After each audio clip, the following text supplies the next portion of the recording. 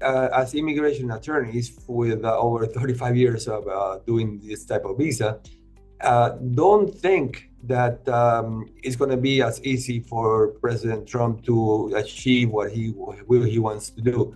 Basically, he wants to abolish the EB-5 system. This is a system that has been passed through Congress. The Senate approved it back in 2022, the extension, where investors with $800,000 or $1,050,000, depending on the type of projects that they're investing, could gain their legal permanent residency as long as these projects that they were investing in would create 10 jobs.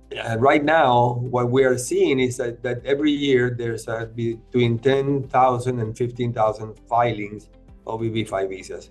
What President Trump wants to do is do away with that EB-5 program, and then instead of the program, create a gold card visa where the person would invest $5 million, not invest, but basically buy this gold card that would go towards paying down the national debt.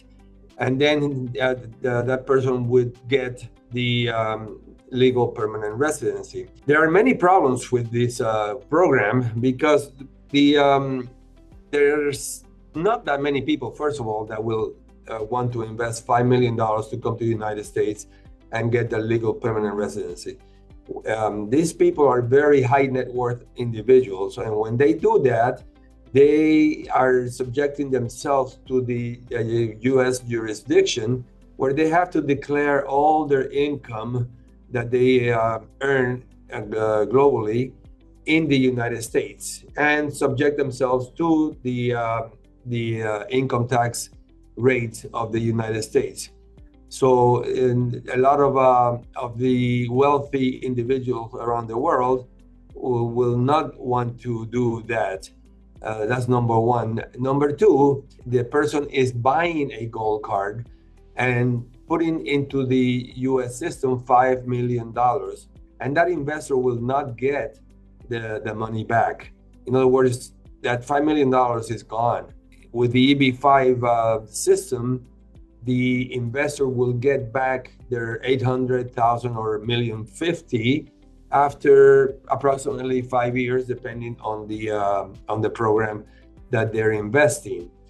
Now, in order for him to achieve that, he would have to have Congress or the Senate specifically do away with the EB-5 visa. And I think that is a very unpopular because these investments help a lot of the states in getting money to create jobs. So I think it's going to have a pushback from the senators that will be affected by the cancellation of the EB-5 system. He's able to get the senators to cancel the EB-5 program.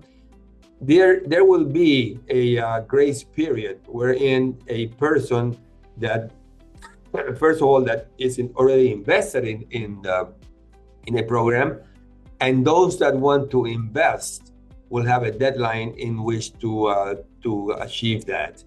And so what I foresee happening is that there will be a lot of people that are on the sideline right now waiting to get in for one reason or another that will in fact get in.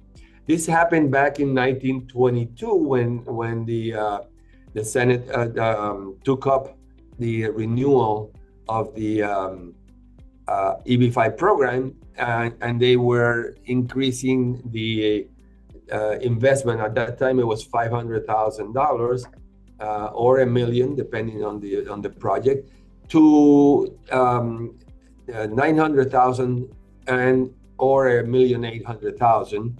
And then the Senate, because of a technicality, was not able to get that approved. And then we saw a slew of EB-5 petitions coming through because they wanted to be able to take that $500,000 investment rather than whatever the Senate was going to approve. It ended up that they approved 800,000 and $1,050,000.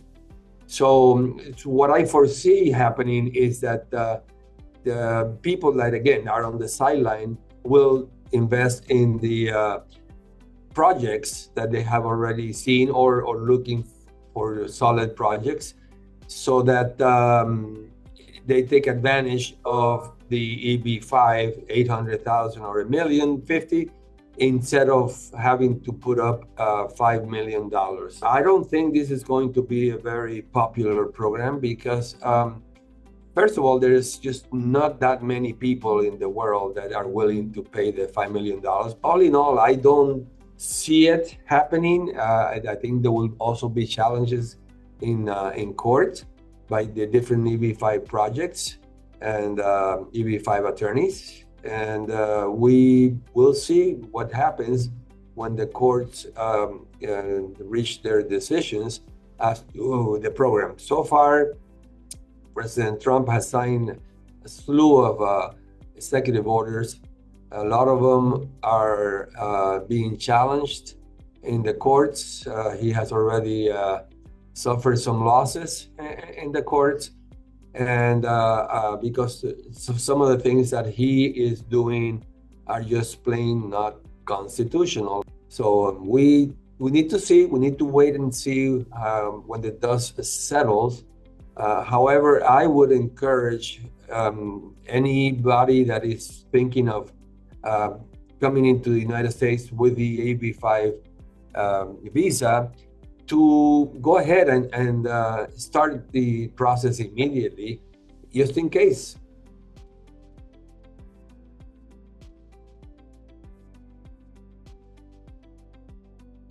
The legislative process, it would have to, he would have to go to, again, to the Senate to get this, the EB-5 program canceled. I think this will not be, like he said, in 2 weeks. Now he could probably get something going in 2 weeks as to the gold card. As a matter of fact, I would say that what we really need to do is get the two programs on board. Those who have $5 million but don't want to invest in an EB-5 project, then buy the gold card, but leave the EB-5 program alone, which creates thousands of jobs throughout the United States, helps our economy, and it has been a fabulous program for development and growth in the United States for the last 20 years. So I would say, Mr. Trump, why don't you try to pass your gold card in addition to the EB-5, leave the EB-5 alone, but give these mega billionaires that are willing to spend $5 million that they will not get back, and give them the residency right away after you have vetted them and make sure that they're good people. So that's my take on it.